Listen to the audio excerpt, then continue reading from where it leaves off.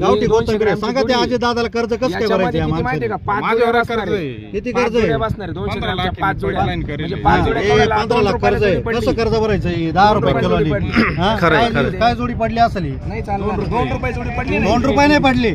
2 रुपये अरे 10 जोड्या बसतील त्या. साधारण तुम्हाला शेतीला मागच्या 10 वर्षामध्ये शेतीचा खर्च वाढलाय का कमी झालाय? खर्च वाढताच ना. औषधाचे भाव वाढेले, तुमचं इरिगेशन वाढेले, खादी वाढेले, सगळ्या गोष्टी वाढेले, मजुरी वाढेले. काय करायचं शेतकरी सांगा बरं? भाव दिला सगळ्या गोष्टी वाढेल्या. डिझेल, मजुरी.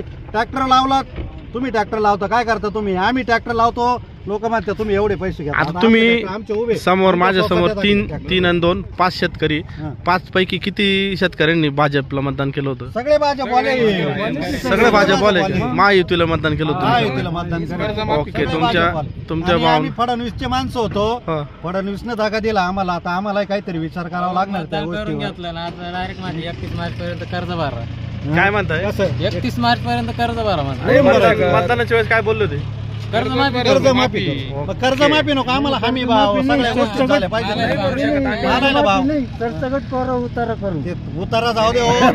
एनडीसी बँकेची सेटलमेंट शेतकरी करू राहिले, म्हणून राहिले करा भाऊ काहीतरी. आमच्या एनडीसी बँकेचं कर्ज 2 रुपये जर कोथिंबीर कसं करता बरं सांगा? प्रत्येक भाजीला वरून कोथिंबीर टाकल्या जाते तरच चव येते. बरोबर. सगळे बरंच. आता भोपळ्याला पण मार्केट नाही. कर्जदारांची ओटीएस नाही, काही नाही. व्याज 15 ते 18% एनडीसी बँक मोजके खातेदार आहे, त्यांचे खूप कर्ज आहे. 100 कोटी रुपये. त्यांच्या नका करू ते बोके सगळे. बरोबर. साधारणतः माझं ट्रॅक्टरचं कर्ज मी घेतलं होतं. किती कर्ज घेतलं होतं? 4,74,000. माझं किती झालं माहिती का? 14 लाख. 14 लाख भरले. किती माहिती का आतापर्यंत? 6 लाख भरले मी. आणि अजून 6 लाख भरायची तयारी माझी. बरोबर आहे. तरी सेटलमेंट सेटलमेंट नाही, वन टाइम सेटलमेंट जर असेल तर राहिली काय केलं पाहिजे सांगा बरं? बरोबर. ओटीएस आलं पाहिजे एनडीसी बँकेला. आणि या भावानं बांगल्याचं कर्ज काढलं होतं. बरोबर. थोडं काढलं होतं. काय केलं? याचं पीक कर्ज आहे. साधारणतः तुमची काय मागणी? ओटीएस आलं पाहिजे. आणि कर्जमाफी साधारणतः किती लाखापर्यंत केली पाहिजे? कर्जमाफी नकोच, ओटीएस करा एनडीसी बँकेला. कर्जमाफी नाही केली चालेल. आणि शेतकऱ्याच्या भावाला भाव द्या. बरोबर. करू कर्ज भरायला ओटीएस केलं आम्ही कर्ज भरू. आता थकेल कोण आहे?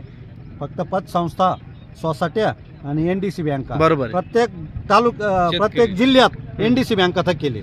आणि नॅशनलाइज बँक आहे ना, कोणते असो नॅशनलाइज बँक, ओटीएस चालू आहे. खपाखप ओटीएस चालू आहे. त्यांचं ते बरोबर राहिले शेतकरी 1 कोटी 10 लाखात करू राहिले. मग एनडीसी बँक आता माझं 10 बिघे क्षेत्र मी देईल, तारण देईल. मला जेवढं कर्ज भरायचं 10 बिघे माझं पीक कर्जच नाही ना, घ्यायलाच नाही. आयुष्यात कधी घ्यायला नाही मी पीक कर्ज घेतलं. फक्त वडिलांनी ट्रॅक्टर घेतला. ट्रॅक्टरच्या भरोश्यावर आम्ही ते केलं. कारखाने पैसे तर केले. रानवड कारखान्यात वडील सर्व्हिसला होते, तिथं 14, 15, 16 लाख रुपये थक केले. तेच पैसे भेटाना. आमदारनं कारखाना घेतला, तिथंच पैसे भेटाना. त्याचे पैसे बरी. तुमच्या भावना कळल्या. आपण या चॅनलच्या माध्यमातून सरकारला एक विनंती करताय की ओटीएस झालं पाहिजे. वन टाइम सेटलमेंट मध्ये कर्ज भरायला तयार आहे शेतकरी. कर्जमाफी जरी नाही केली तरी चालेल, किंवा कर्जमाफी केली तरी चालेल. हाही त्या मालाला शेतकऱ्यांचा भाव मिळाला पाहिजे. कर्जमाफी नको, वीज पण मोफत नको, फक्त ओटीएस. तुम्ही ना जेवढी वीज वापरता तेवढे द्या ना, मीटर द्या, तेवढं वीज भरायला तयार आहे ना. बरोबर. भरायला तयार. शेतकरी मोठा जो शेतकरी का, मोठा शेतकरी त्याच्या 5-5 मोटर आहे. गरीबाचे याला तुला क्षेत्र किती रे? तुला किती रे? 5 बिघे. 5 बिघे. मला 3 एकर.